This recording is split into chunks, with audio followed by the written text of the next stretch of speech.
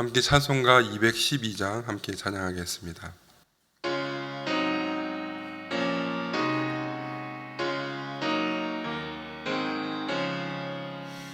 겸손히 주를 섬길 때 괴로운 일이 많으나 구주 연에게 힘주사 잘 감당하게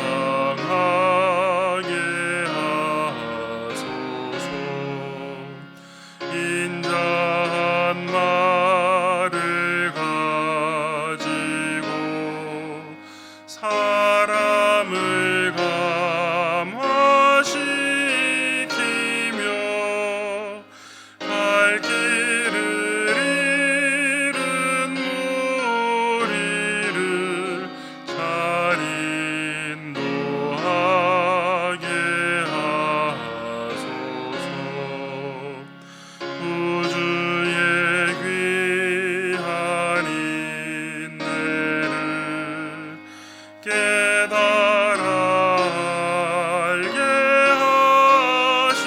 하시고 굳건한 믿음 주셔서 늘 승리하게 하소서. 장래의 영광 비추사 소망이 되게 하시며 구주와 함께 살면서 참 평강 얻게 하소서. 아멘.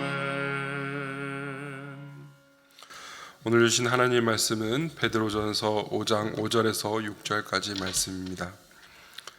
베드로전서 5장 5절에서 6절까지의 말씀입니다. 함께 봉독하겠습니다. 젊은 자들아, 이와 같이 장로들에게 순종하고 다 서로 겸손으로 허리를 동이라. 하나님은 교만한 자를 대적하시되 겸손한 자들에게는 은혜를 주시느니라. 그러므로 하나님의 능하신 손 아래에서 겸손하라. 때가 되면 너희를 높이시리라. 아멘. 저는 한 달에 한 번 혹은 한 달에 두 번 정도 이 강단에서 설교를 하고 있습니다. 참으로 어렵고 떨리는 일입니다. 말씀을 묵상하고 설교를 준비하는 것도 쉬운 일은 아니지만 그보다 어려운 것은 이 설교 말씀대로 제가 전하는 말씀대로 산다는 것이 더욱더 어려운 것 같습니다. 특히 오늘 설교하고자 하는 이 겸손에 관한 말씀을 드리는 데 있어서 더욱더 어려운 것 같습니다. 이 세상 그 어느 누구도 이 겸손에 관하여 설교를 할 때에 자신 있게 설교할 수 있는 설교자가 몇 명이나 있을지 모르겠습니다. 예전에 한 라디오 프로그램에서 DJ가 자신들이 청취율 1등을 했다고 자랑하면서 겸손은 힘들어라는 노래를 틀었던 적이 있었습니다. 겸손은 그 노래 제목처럼 참으로 힘든 일인 것 같습니다. 제 인생이 짧긴 하지만 제 인생을 되돌아보아도 과연 제 주변에 겸손한 사람이 누가 있었는지 찾아본다면 그리 많이 있는 것 같지는 않습니다. 정말 진정으로 겸손한 사람은 손에 꼽을 정도로 있는 것 같습니다. 오늘 본문에서 사도 베드로는 서로 겸손으로 허리를 동이라고 말씀하고 있습니다. 오늘 본문 5절 말씀을 다시 한번 읽어보겠습니다. 젊은 자들아, 이와 같이 장로들에게 순종하고 다 서로 겸손으로 허리를 동이라. 하나님은 교만한 자를 대적하시되 겸손한 자들에게는 은혜를 주시느니라. 아멘. 여기서 허리를 동이다라고 사용된 이 단어는 노예들이 일을 할 때에 소매 없는 조끼를 입었는데 그것을 깨끗이 유지하기 위해서 그 옷 위에 앞치마 같은 것을 두르는 것을 지칭하는 단어가 쓰여 있습니다. 아마도 베드로는 최후의 만찬 전에 예수님께서 허리에 수건을 두르시고 무릎을 굽혀 제자들의 발을 씻겨주셨던 그 장면을 연상하면서 성도들도 서로 그렇게 겸손을 앞치마처럼 두르고 서로를 섬기라고 말씀하고 있습니다. 자신을 낮추고 제자들의 발을 씻겨주셨던 그 예수님처럼 서로를 잘 섬기라라는 말씀입니다. 그렇게 해야 하는 이유는 하나님께서는 교만한 자를 대적하시고 겸손한 자들에게는 은혜를 주시기 때문이라고 오늘 본문은 말씀하고 있습니다. 잠언 18장 12절에도 이렇게 말씀하고 있지요. 사람의 마음의 교만은 멸망의 선봉이요 겸손은 존귀의 길잡이니라. 아멘.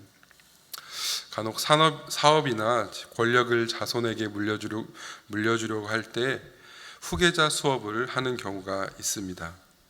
그 수업에서 가장 좋은 방법은 그 자손에게 먼저 낮은 곳으로 내려보내서 그곳에서 현장 실습을 하게 하는 것입니다. 밑바닥에서 직접 몸으로 부딪히면서 어려움을 체험하고 그 사업이나 권력의 근간이 되는 것을 직접 경험해보고 그 회사의 CEO나 권력자가 된다면 그는 분명 겸손하고 훌륭한 지도자가 될 수 있을 것입니다. 이러한 경험이 없이 지도자가 된다면 좋은 지도자가 되기는 어려울 것 같습니다. 솔로몬의 아들인 르호보암이 이러한 왕이었습니다. 솔로몬이 죽고 그 뒤를 이어 왕이 된 르호보암은 열왕기상 12장 10절에 이렇게 말을 하고 있습니다. 내 새끼 손가락이 내 아버지의 허리보다 굵으니. 이렇게 말할 정도로 교만한 왕이었습니다.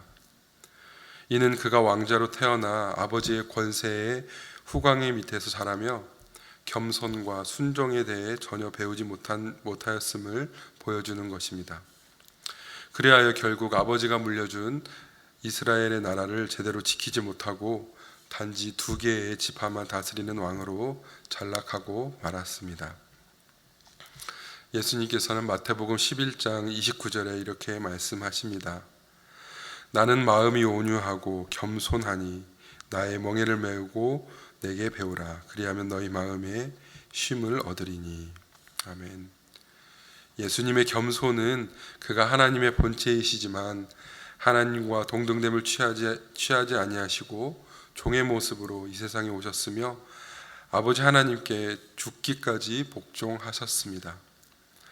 아버지 하나님의 권위에 순종해서 자신의 생명을 내어주기까지 겸손하셨던 이 예수 그리스도처럼 베드로의 이 편지를 읽는 수신자들도 상호간에 겸손하게 섬기고 또 자신들에게 닥쳐있는 박해의 모든 상황 속에서도 높여주실 하나님을 바라봄으로써 겸손함으로 참고 견딘다면 하나님이 정해놓으신 때가 도래하는 그날 부활 승천하여 예수 그리스도를 따라 영화롭게 될 것이라는 것을 이 사도 베드로는 말씀하고 있는 것입니다.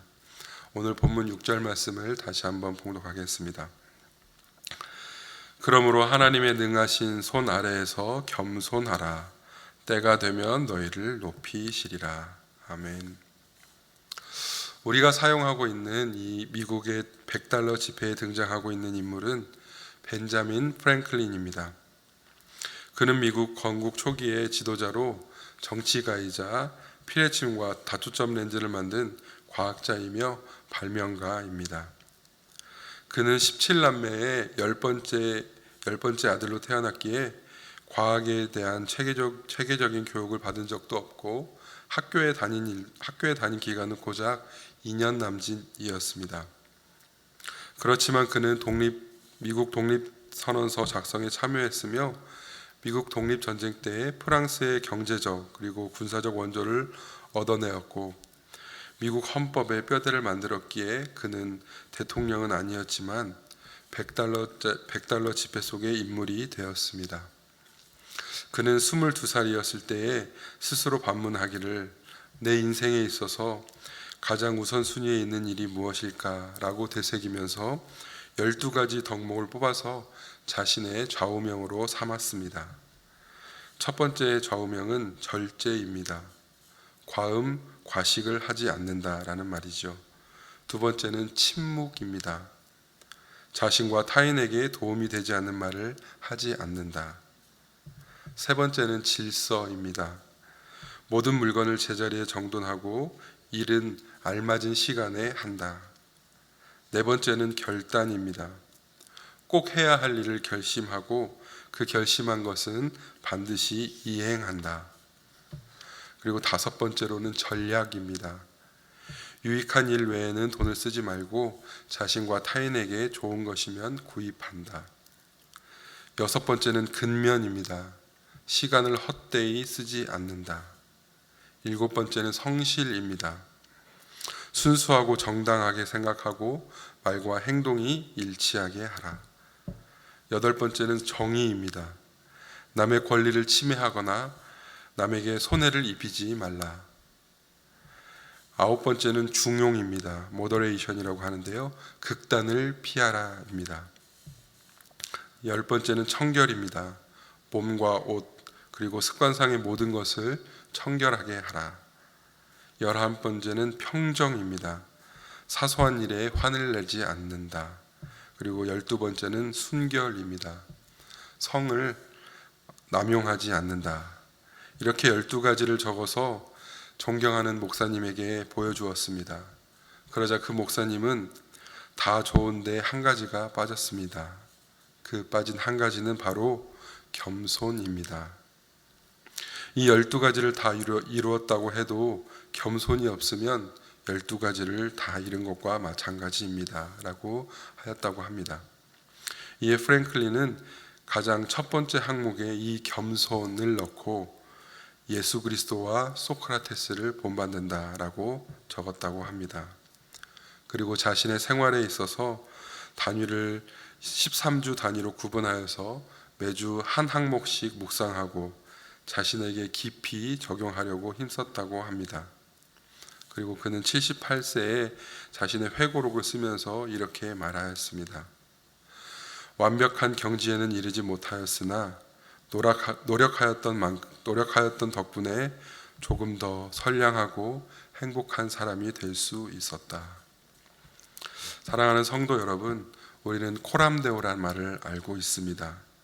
하나님의 존재를 믿으며 늘 하나님 앞에서 모든 일을 하는 사람은 교만할 수 없습니다. 벼는 익을수록 고개를 숙인다고 하지요. 은혜는 낮은 곳으로 임합니다. 물이 낮은 곳에서부터 채워지듯이 은혜는 낮아질수록 채워질 것입니다.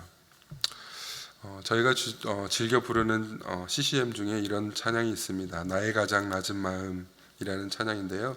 가사가 이렇습니다. 나의 가장 낮은 마음 주님께서 기뻐하시고 작은 일에 큰 기쁨을 느끼게 하시는도다. 내가 지쳐 무력할 때 주님 내게 힘이 되시고 아름다운 하늘나라 내 맘에 주시는도다. 우리에게 축복하신 하나님 사랑 낮은 자를 높여주시고 아름다운 하늘나라 허락하시고 내 모든 것 예비하시네. 아멘. 하나님께서는 우리의 가장 낮은 마음을 기뻐하시고 우리의 작은 일에도 큰 기쁨을 느끼게 하시는 하나님이십니다. 이러한 겸손한 자에게 사도 베드로는 오늘 본문 다음 절 말씀에 이렇게 기록하고 있습니다. 베드로전서 5장 7절 말씀입니다. 너희 염려를 다 주께 맡기라. 이는 그가 너희를 돌보심이라. 아멘. 이 말씀은 오늘 본문 5절 6절 말씀을 지켜 행하는 자들에게 주시는 말씀입니다. 하나님의 능하신 손 아래에서 겸손한 자들에게 주시는 그러한 말씀입니다. 전지전능하신 천지를 창조하신 하나님께서 돌보신다라고 말씀하십니다. 사랑하는 성도 여러분, 오늘 우리에게 주신 이 하루도 하나님의 존전에서 겸손히 섬기며 하나님의 은혜가 충만한 하루가 되시기를 간절히 소원합니다. 함께 기도하겠습니다. 사랑의 아버지 하나님, 은혜와 사랑을 감사합니다. 오늘 하루도 우리에게 허락하여 주셨고 이 하루도 복된 하루가 될 수 있도록 주님 인도하여 주시옵소서. 결코 겸손을 설교할 수 없는 죄인이 부족한 입술로 예수 그리스도의 겸손을 설교했습니다. 우리가 늘 코람되어 늘 하나님 앞에서 예수님의 마음을 품고 겸손히 섬기는 오늘 하루가 되게 하여 주시옵소서. 감사합니다. 예수님의 이름으로 기도합니다. 아멘. 하늘에 계신 우리 아버지여, 이름이 거룩히 여김을 받으시오며 나라의 임하옵시며 뜻이 하늘에서는 같이 땅에서도 이루어지이다. 오늘날 우리에게 일용할 양식을 주옵시고 우리가 우리에게 죄 지은 자를 사하여 준 것 같이 우리 죄를 사하여 주옵시고 우리를 시험에 들게 하지 마옵시고 다만 악에서 구하옵소서. 대개 나라와 권세와 영광이 아버지께 영원히 있사옵나이다. 아멘.